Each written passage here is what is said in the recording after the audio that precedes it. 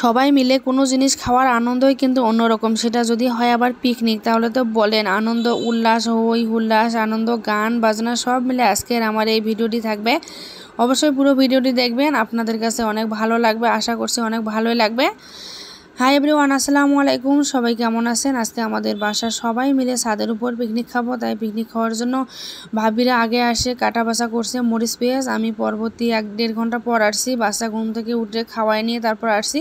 এখন এসে আমাকে এই কঠিন কাজগুলো দিয়েছে। দেখেন, এখন মুরগির রোস্টের জন্য পিসগুলো মেখে দিচ্ছি, তারপর আবার গরু মাংস হাত দিয়ে মেখে দিচ্ছি। এখন বাচ্চারা সবাই বসে আছে, কিন্তু ছাদের উপর এত পরিমাণে বাতাস ছিল, আকাশ কিন্তু মেঘলা ছিল। এত পরিমাণে বাতাস যে চুলা ধরাচ্ছি, চুলাটার মানে কোনো বাতাস লাগতেছে না, হাড়ির মধ্যে সব বাতাস উড়ে উড়ে চলে যাচ্ছে। আর এদিকে বাচ্চারা দেখেন লেবু খাওয়ার প্রতিযোগিতা নিছে। সবাই মাশাল্লাহ বলতে ভুলবেন না।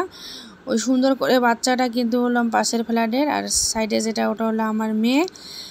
এই আমাদের ছাদটা কিন্তু অনেক বড় ফ্ল্যাট একটা, এটা আমাদের বাসা, অনেক বড় একটা বাসা। এখন ওখান থেকে আপনাদের সাথে নওগাঁ শহরে কিছু অংশ তুলে ধরলাম। দেখুন কত সুন্দর দেখা যাচ্ছে নওগাঁ শহরটি। এখন আমাদের চুলা ঠিকই ধরছে, কিন্তু আমাদের জাল জ্বলতেছে না। জাল জ্বলতেছে কিন্তু বাতাসের কারণে উড়ে উড়ে যাচ্ছে, মানে এমন এক অবস্থা। সব মিলে আমাদের আজকের আনন্দটা অনেক ভালো লেগেছিল। এই যে এখন মাংসগুলো মাখা হয়েছে, এখন মাংসগুলো বসাই দিব।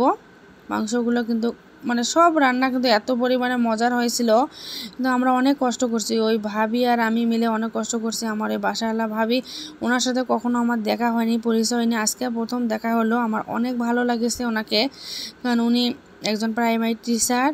উনি সময় দিতে পারে না, কিন্তু অন্যান্য ভাড়াটিয়া বলে উনি ভালো না, এটা ওটা, কিন্তু না, এখন দেখলাম ওনার সাথে মিশি আমার অনেক ভালো লেগেছে। কারণ ওনার মন মানসিকতা অনেক ভালো। মানুষের সঙ্গে না মিশলে কখনো কিন্তু বুঝতে পারা যায় না। তা এখন আমি এই যে মুরগির রোস্টগুলো আর কিছু পিস আছে, ওগুলো আমি ভেজে নিছি। ভাবি বলতেছে আপনি একটু ভেজে নেন। এখন একজন আমার ভিডিও করে দিছে, এমন পরিমাণে ভিডিও করে দিছে বলেন আপনারা। এদিকেও আমি না করছে পাতালের দিক, না করছে লম্বায় ভিডিও, মানে এমন অবস্থা করছে। যেভাবে হোক আপনারা একটু কষ্ট করে দেখে নিন। ভালো লাগলে আজকের ভিডিওতে লাইক কমেন্ট শেয়ার করবেন। প্রত্যেকটা মানুষের জীবনে আনন্দ উল্লাসের প্রয়োজন আছে, তেমনইভাবে আমরা সবাই একজোট হয়ে আজকে আনন্দ উল্লাসে নেমে পড়ছি।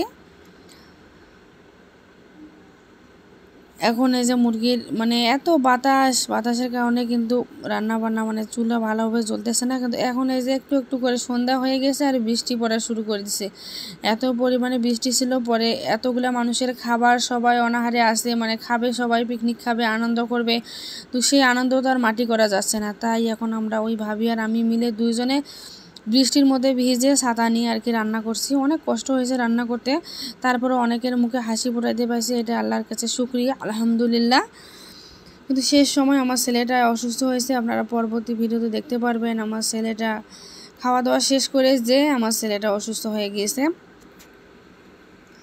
এখন আজকের ভিডিওটি আমার এই পর্যন্তই। সকলে ভালো থাকেন, সুস্থ থাকেন, আমাদের জন্য অনেক দোয়া করবেন। আমার শরীর দেখে তো বুঝতে পারছেন যে এত পরিমাণে বৃষ্টি ছিল, পুরো শরীর ভিজে গিয়েছে। এখন আমরা যা ফ্রেশ হয়ে তারপরে সবাই মিলে খাইতে আসবো আর কি।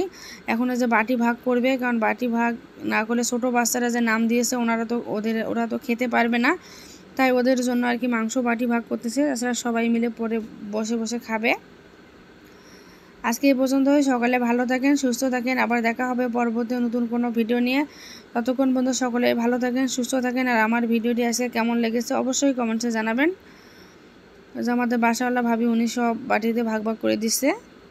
আল্লাহ হাফেজ।